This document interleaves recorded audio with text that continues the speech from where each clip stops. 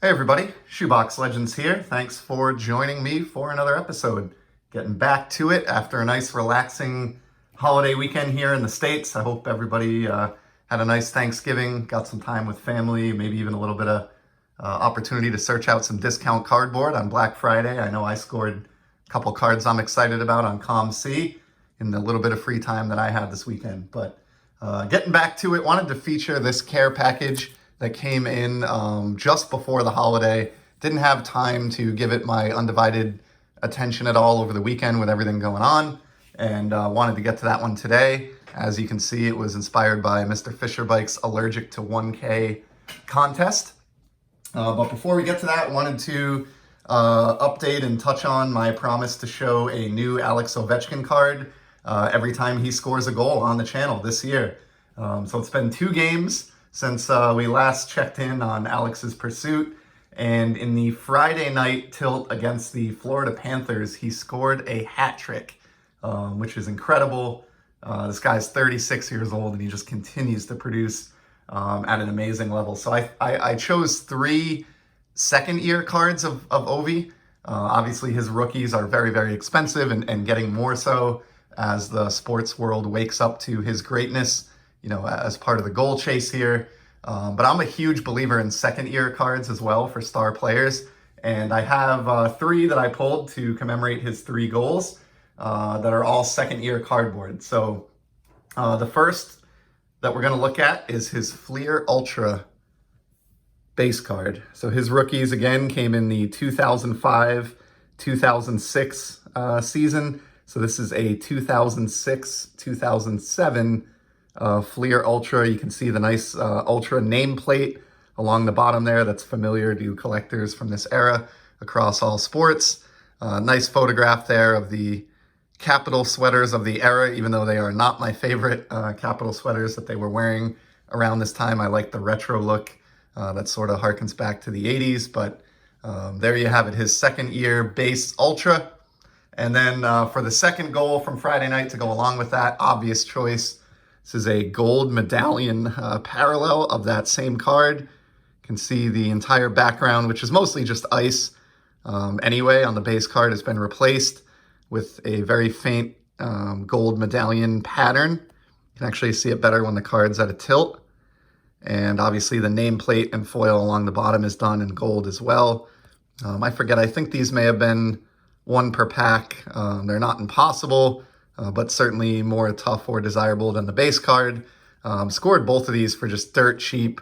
Last year, or actually this past year in the spring, was amazing the prices that were available or that second year Ovechkin cards were going for on ComC. So had scooped both of those. And then the third and final card for the hat trick is also a second year, as I said. It is his 2006-07 O-Pee-Chee base card. And this card is really cool for a variety of reasons. Obviously, Upper Deck, you know, owns the O-Pee-Chee brand, you know, these days. However, you know, it's a brand in name that goes back, you know, way, way back all the way into, you know, vintage era of hockey cards. And I was scooping these up for like $1 to $1.25 as recently as like this past May at the conclusion of last season. They're a little bit more expensive now. I checked in on Black Friday over the weekend, and the only copy of this that's on ComC now I think is in the $7 or $8 range. So pretty crazy that a card could, you know, increase 5-fold like that over just a couple months. And to commemorate his hat trick, I actually have 3 copies of this second year O-Pee-Chee. And the final thing that's neat about this, O-Pee-Chee as a brand took a couple of years off around the lockout.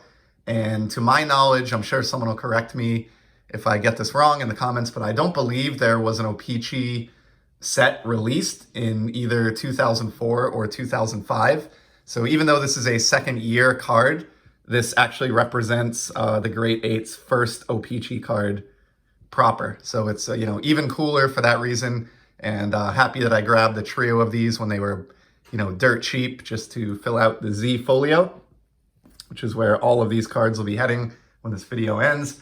And then, so after the hat trick, he had a Sunday matinee yesterday against the Carolina Hurricanes, and he scored again. So I have just a single. This is from last year's Allure set, the first ever Allure set. It is a white ice, I think they refer to this as.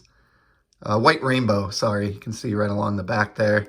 I've talked about Allure many times. I've shown quite a few cards from this year's set that I've either picked up or gotten in care packages.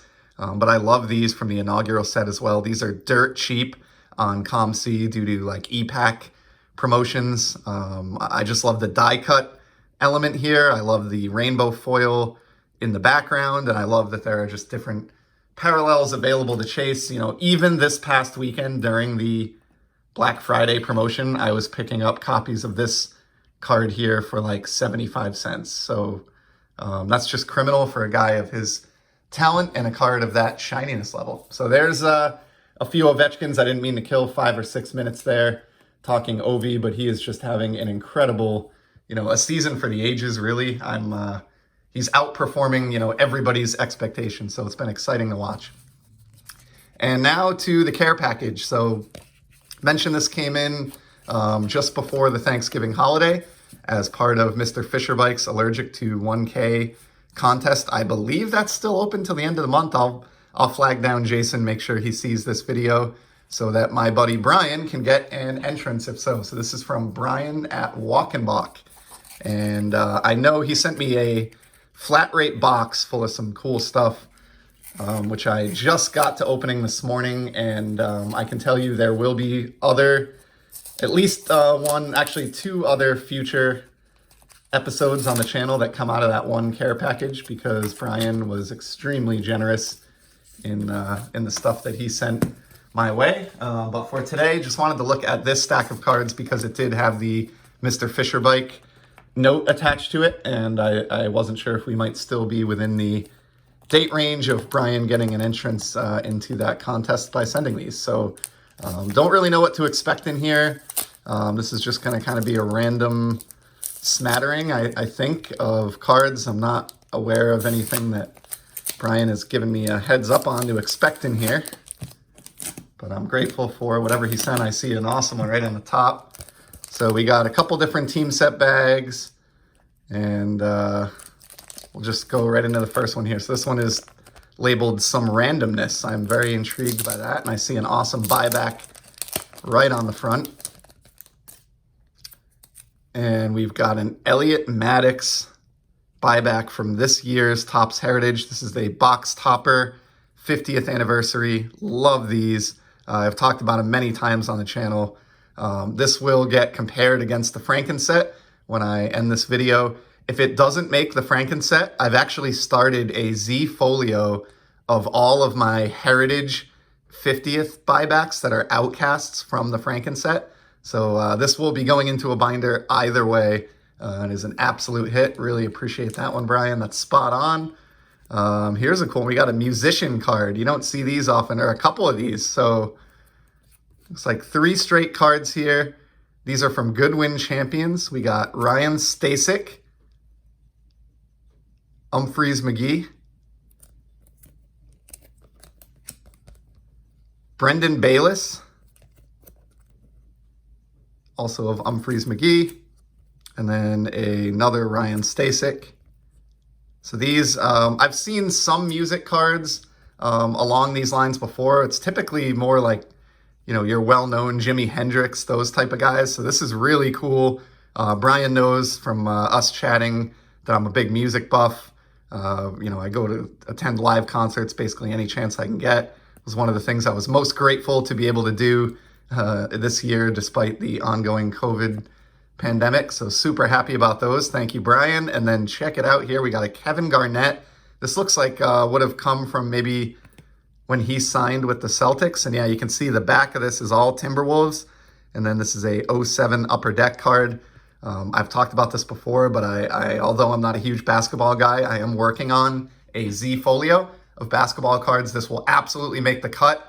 I went to plenty of Boston Celtics games back in the Garnett, Paul Pierce, Ray Allen championship era. Had a blast at a lot of those games. And so I will definitely cherish this one, and that will make the cut for the Z folio, 100%.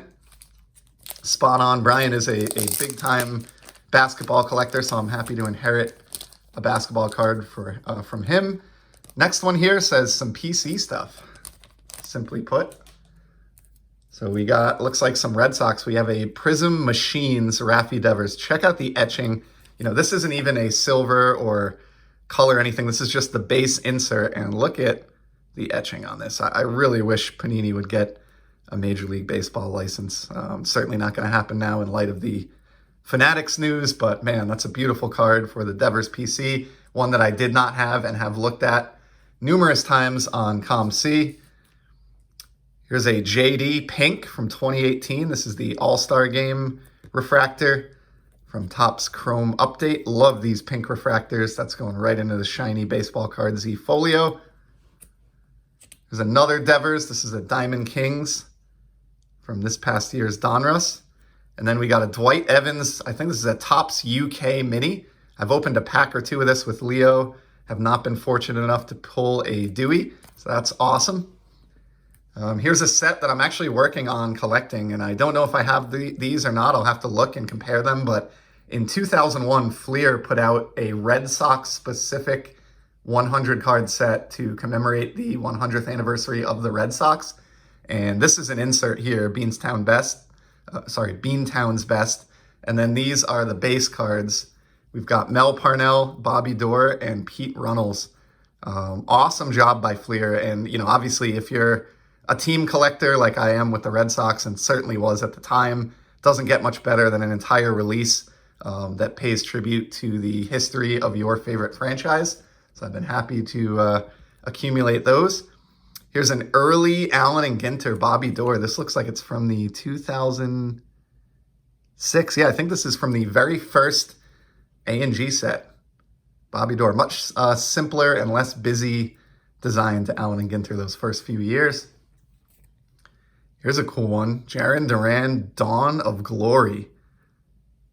Love it. I've only got a pro debut card of this guy that I picked up cheap on Sport Lots. This is kind of my first Duran shine. He sort of, he was outpaced and got lost a little bit in the shadow of some of the other really talented players on the Boston club this year, but I'm excited to see what he brings to the table next season. Here is a beautiful Devers Fearless out of Prism. Love this card. It's got like that wave effect going on, tons of color. The photograph chosen is one where you don't really notice the lack of a logo very much. Killer Devers card. You're really hooking up the player PCs here. And then this is too much. So we got Rick Burleson on the 1979 Topps design. I'm guessing, and I'm sure Brian can confirm or deny this in the comments, that this is a TTM maybe that Brian sent off. I know he does a lot of TTM autographing, and back in the day, even some in-person autographing. This is great. And it looks like we got a small run of a couple of these here. So to go along with Rick Burleson, we got this 1988 highlight for Boston's win streak from 1989 Score. This is from Sock'em. So I think this is John McNamara, if I recall. Or, I'm sorry, Joe Morgan. And yeah, 89 Score kind of set the bar on card design, full color photos on the back. You know, everybody remembers Upper Deck for kind of pushing the envelope and forcing Topps to improve. But I think Score was, you know, every bit as important a part of that. And this is a really, really cool auto from, I always enjoyed these kind of highlight or moment in time record breaker, you know, those types of cards. So I'll cherish that one. And then here's a guy, Frank Viola, who was not with the Red Sox, or not best remembered as a Red Sox pitcher, but did have some success with the team. Love the signature here. It's actually showing a lot better in person than it is on video, but from the classic 92 Upper Deck baseball set. Cool stuff. And then last but not least, in this little mailer, we have, Brian, I appreciate you flagging this one so that I did not mistake this as a dupe and shuffle it away with my doubles. This is a Topps Tiffany Red Sox leaders from the 88 set. And of course, you know, you're going to see a lot of Wade Boggs and Roger Clemens listed on the back of that card. Do not have a lot of Topps Tiffany cards at all. So this was all of these, Brian, were just like right on point for my PC, as you said in the little note there. We've got some top-loaded cards, and then we have this Walk and Balk private issue 2012 Red Sox chicken and beer set. I have never seen one of these. I'm guessing this is a one-of-a-kind set here. This is funny. So we've got pregame meal, fried chicken card. That is hilarious. This card is going to be making an appearance with the Muffin Man, my other favorite mini in some future videos. I can tell this is one that's just kind of quirky and corny enough that I will absolutely adore it. I'll probably, believe it or not, put this in a mini one-touch at the end of this video. And then we have some of the players, of course, and the manager, Terry Francona, Josh Beckett, John Lackey, and John Lester. And if you remember, what Brian's alluding to here is, infamously around this time, early 2010s, we had members of the starting rotation for the Red Sox who would go across the street, or send somebody across the street, I should say, for fried chicken, bucket of fried chicken, and eat that before the game. So only in baseball, you would certainly, I don't think Alex Ovechkin is downing any fried chicken before he hits the ice, but that is really funny. I love how you put this together, Brian, and quite honestly, other than, I'm torn. One part of me wants to cherish this in a one-touch, and other part of me wants to put all these cards and the chicken card right back into this with the note on it, because I just think it's really cool and unique that you group those together and alluded to what is a very comical occurrence in Red Sox team history. Some people were pretty up in arms about it at the time on local radio. I thought it was kind of amusing. And then the last of what's in here, a couple of these cards I did expect, or at least this one. Brian is just an awesome guy. Knowing that I'm a big Xander Bogaerts fan, he ran into a card at an LCS out there in Utah, a rare Bogaerts card, sent me a photo of it, asked if I needed it. It was available at what I think is a very fair price. So we worked it out. I PayPal'd the funds to Brian, and he picked it up on my behalf. So just another example of the awesome generosity that exists in this community, looking out for each other. This is a card I've been after for a while, have not seen it at this $25 price point, so I was pumped to get it.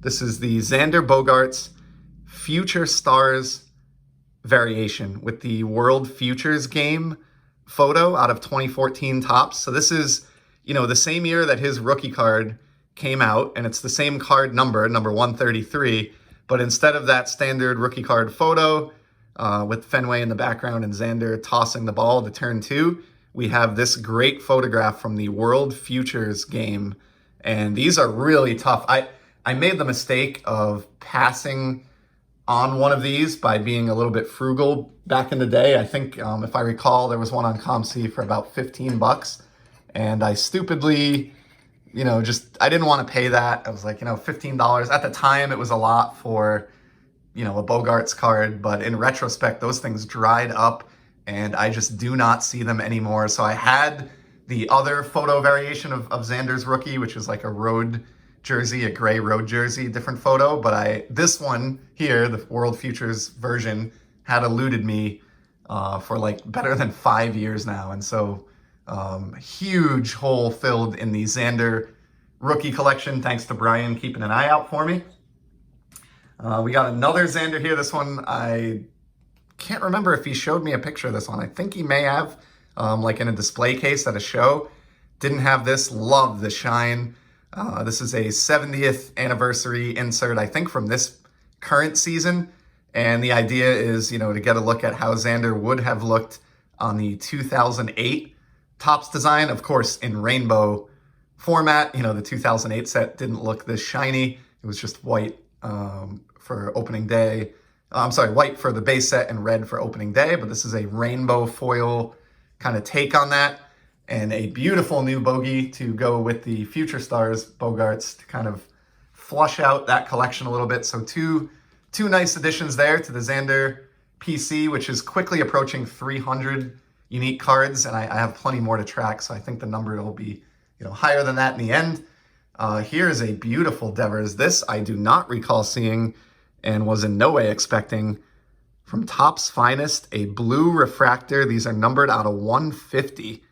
I've sort of, once the baseball season wound down and the Red Sox lost in the tough fashion that they did, kind of just cooled off a little bit on picking up Devers. I just grabbed so much of his stuff during the season that I feel like I'm pretty well stocked up. But nonetheless, I am always on the lookout for these types of rare, especially serial numbered and shiny parallels. So a beautiful blue there. Complete surprise from Brian. Thank you so much. And then finally, this is a card that Brian also grabbed with me in mind when he saw this. So in this year's, I think it's Leaf Memories is the name of the set, but Leaf as a brand produced an unlicensed NHL trading card set, but they are including in this release buybacks of the original Pro set hockey cards. So Brian stumbled across this one on eBay and picked it up for me because he's just that kind of guy. This is a Randy Cunnyworth Hartford Whalers buyback from the 1990 Pro set release. So, I collected the hell out of this set as a kid with my brothers. It's, in one sense, it's considered the epitome of junk wax, but I adore it. I think the colors, the photos, it's every bit as good as what Topps and O-Pee-Chee were doing at the time. Unfortunately, Pro set as a brand was kind of mismanaged into bankruptcy and only lasted maybe 2 or 3 seasons, I think 3, making NHL sets. But I think this buyback program is really cool, and I think it's awesome that, Brian thought of me when he ran across this one featuring the Whalers. He knows obviously how difficult it is to find, new modern Whalers cards in this day and age of collecting, and that one definitely piqued my interest and is a huge addition to my ever-expanding Hartford Whalers PC. And Brian's actually inspired me via that one to go out and pick up 1 or 2 more of those Pro set buybacks as well. So we'll be looking at more of those in a future episode, but for today, we're going to cut it. I've been gabbing on for well over 20 minutes. I think this might go down as my longest episode to date, but that's what happens when Ovechkin's scoring a lot of goals and you have great friends in the card community like Brian over at Walk and Balk that just send you stacks of amazing cards through the mail. So thank you, Brian. As I said, there's more coming. There were a couple more parts to this package that I'll be showing in a future video, but I think just what we've covered here already just really shows you what kind of a great guy Brian is. So if you are not familiar with Walk and Balk, please check the link below. Head on over there, give Brian a sub, and check out some of his content. And in the meantime, I will certainly be back in the near future with some more sports card content. Until then, take care.